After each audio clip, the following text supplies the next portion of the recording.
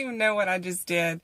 I know I went to the gym and I just lifted some weights.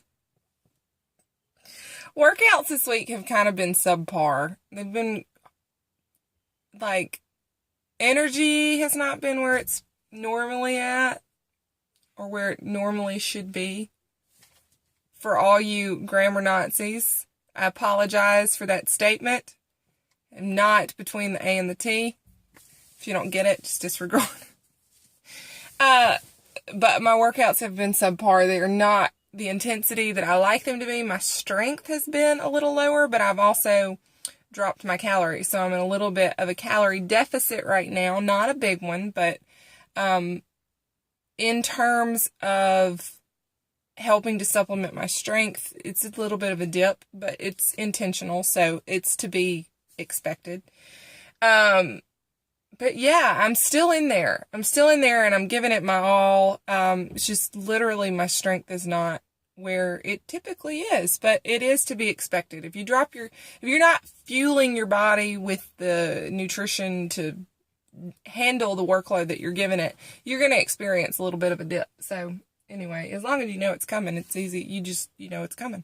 But I wanted to talk a little bit about motivation. Because it seems to be this unicorn. To those that don't have it, they want it, they don't know how they can get it. And to those that have it, we're just looking around like, I don't know why I have it, I just have it. Or maybe you've just always been that way. I've always been a very driven person. I kind of one of those people that I get an idea in mind of what I want to do and I go out and do it and do whatever I got to do to make it happen. And I'm not so concerned with the time it takes to get there. I just work on it. But I want to talk about motivation because if you're in a, Mr. McGee's here, there he is. But if you're in a situation or right now where your life is, motivation does not come easy. I want to tell you a little trick because if you are, a lot of women, especially women, we launch into an exercise and diet routine with aesthetics in mind, how we look. We want to see a result. We're interested in a goal of seeing the scale drop or seeing our pants get bigger and us get smaller. Meaning that when we put on our pants, they've gotten bigger, not going out to buy new sizes. But we launch into this exercise and diet routine with that in mind. And when it doesn't happen, our motivation starts to tank because we're not seeing the results of all of our hard work. I would encourage you to shift your perspective and instead think about performance. So if it's weightlifting, you have a metric that you can go by that's pretty easy to move to the next thing. When we go into the gym, one day we pick up a 10-pound weight. We do 10 reps of a lat raise, maybe. And it's hard to get to that 10th rep. We're struggling. We're really, really struggling. The next time you go in the gym, maybe it's a little bit easier to get to the 10th rep. Maybe you don't get tired until the 8th rep. And so on until finally you pick up a 15-pound weight and you're able to do 10. And it's harder to get to the 10th rep, but the weight is heavier. This is considered a performance-based goal. When you focus on that as your goal, it's going to become addictive. You're going to be addicted to seeing that get better. You're going to be addicted to seeing yourself get better. And here's the key, and this is the kicker. When you focus on that, the other thing, the focus on the weight, the focus on the aesthetic, the focus on getting smaller and your pants getting bigger, that's going to happen. You've just shifted your focus. It's more inspiring when I go into the gym. Well, I'll take a step back. When I started lifting weights and I went into the gym, I did go in there for complete aesthetic. I was worried about how I looked and I wanted to look better. And I'd heard that weightlifting makes you look better.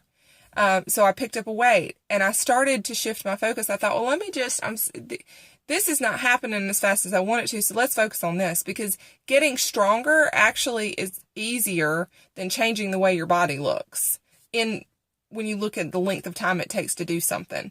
So when I started looking at that, I was eager to get into the gym to see, well, what can I lift today? Can I pick up something stronger or pick up something heavier? Am I stronger? I could see that advancing faster than I could see my weight going down, or actually my weight went up because muscle takes up less space, yet it is heavier than that same amount of fat, if that makes sense. It's the whole muscle versus fat conversation. But I focused on that and I became addicted to that. I became addicted to seeing if I could get stronger, because that is something you can actually work on. Whereas when you're working on trying to get your weight to go down or your measurements to go down, you're not necessarily going to see that happen quickly, and your motivation is going to dwindle pretty easily. So I encourage you, pick a goal, performance-based goal, and focus on that, because when you focus on that, you're not going to exhaust yourself. You're going to be more encouraged, is what I'm trying to tell you, because those changes are going to happen more quickly than the aesthetic ones. The aesthetic ones, as a result of focusing on this is going to happen. It's going to happen, but it's interesting because you're going to be focused on this and you're going to be like, oh, look at that. I'm down 10 pounds, but I'm not even worried about it. I wasn't even focused on that.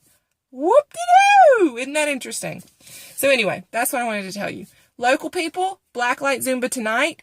Dress up. It's a Star-Spangled Banner, Stars and Stripes type thing. It's going to be a lot of fun. So I want y'all to come join me. Come dance with me. Let's work it out. It's a great way to kick off the weekend. Anyway, I gotta go. All right? Y'all have a good day. Peace.